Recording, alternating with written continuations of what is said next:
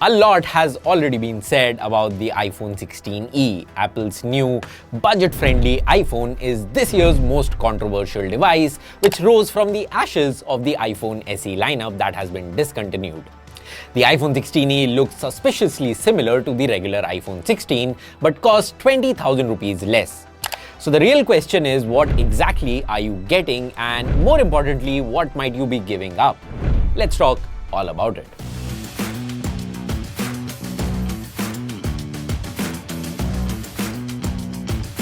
To start with, both phones rock a 6.1-inch OLED display. Finally, no more tiny LCD screens on budget iPhones. The 16e screen is big and vibrant with Dolby Vision and HDR support, which ensures you get a top-class viewing experience.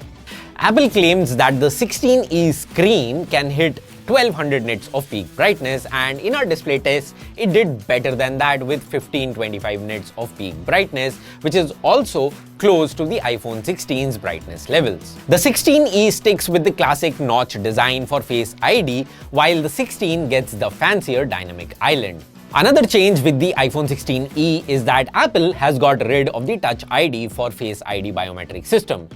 One thing you'll notice right away is both phones have the new action button, replacing the old mute slider.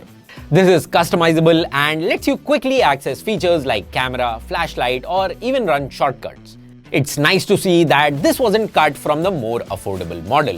What's not changed, and it was expected, is the refresh rate. Being the new entry point into the iPhone experience, the iPhone 16e supports 60Hz refresh rate, which is the same as the iPhone 16. Now, I don't know about you guys, but I'm pretty optimistic that this is the year we'll finally see 120Hz on the non-Pro iPhone 17 models. Fingers crossed. Both have ceramic shield protection, though the iPhone 16 has a newer generation of it, whatever that actually means. If you are into color options, the 16e gives you a very Henry Ford vibe. You can have any color you want as long as it's black or white. Meanwhile, the 16 comes in those fancy color options like ultramarine, teal, and pink. Both phones have IP68 water and dust resistant rating, so they can handle being submerged up to 6 meters for up to 30 minutes. So no compromises here on durability.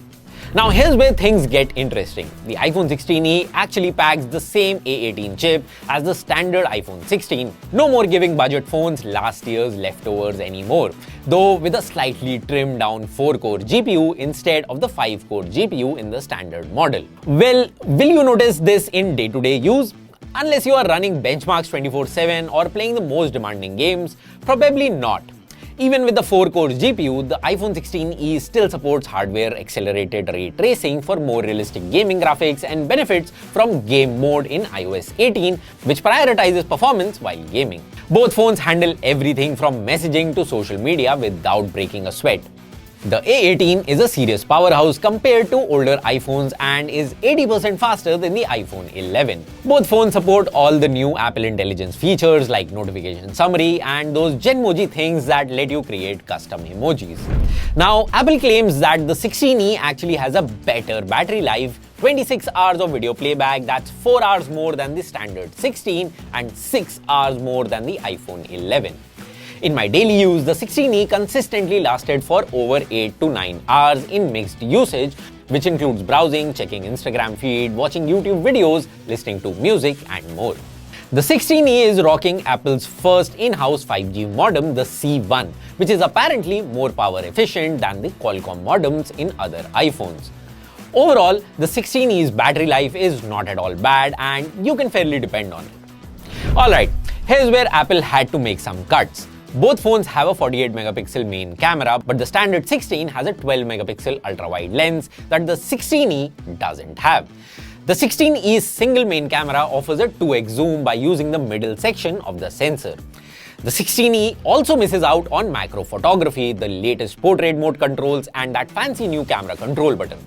The 16e also has sensor shift stabilization, while the 16e has to make do with standard optical image stabilization. In good lighting, photos from both phones look pretty similar, sharp, vibrant, and detailed. The 16E benefits from all the computational photography features like the Smart HDR5 and night mode. In low light, photos from the 16E look much better. For selfies, both phones have 12 megapixel front cameras with autofocus, so your selfie game won't suffer on the cheaper model. For video, both phones shoot 4K Dolby Vision HDR at up to 60 FPS and both support spatial audio recording.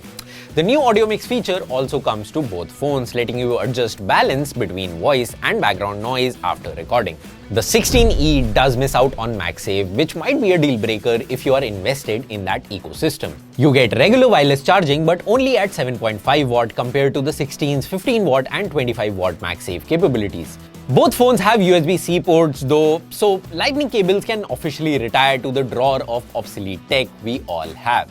So, who should buy which phone? If you care about having the full iPhone experience with all the bells and whistles, dynamic island, ultra-wide camera and MagSafe, then the iPhone 16 or 15 for that matter is your pick. But honestly, the 16E is the smarter choice for most people and is far from a compromised experience. You get the same, if not better performance, Face ID and even better battery life, all while saving 20,000 rupees. The main things you're missing are the ultra-wide camera, dynamic island and MagSafe. Nice to have, but not essential. At 59,900, the iPhone 16E is 20,000 rupees cheaper than the standard 16, which starts at 79,900. But during sales, the prices of these two phones are expected to drop further, inclusive of bank discounts, which will take the 16E to a sweet spot. Apple has finally made a budget iPhone that doesn't feel like a major compromise. It's still expensive by Indian smartphone standards, but hey, it's Apple. What did you expect? Let us know in the comments which one you'd pick and if you think the savings are worth the trade-offs. If you found this helpful, make sure to hit that like button and subscribe for more tech reviews. Thanks for watching.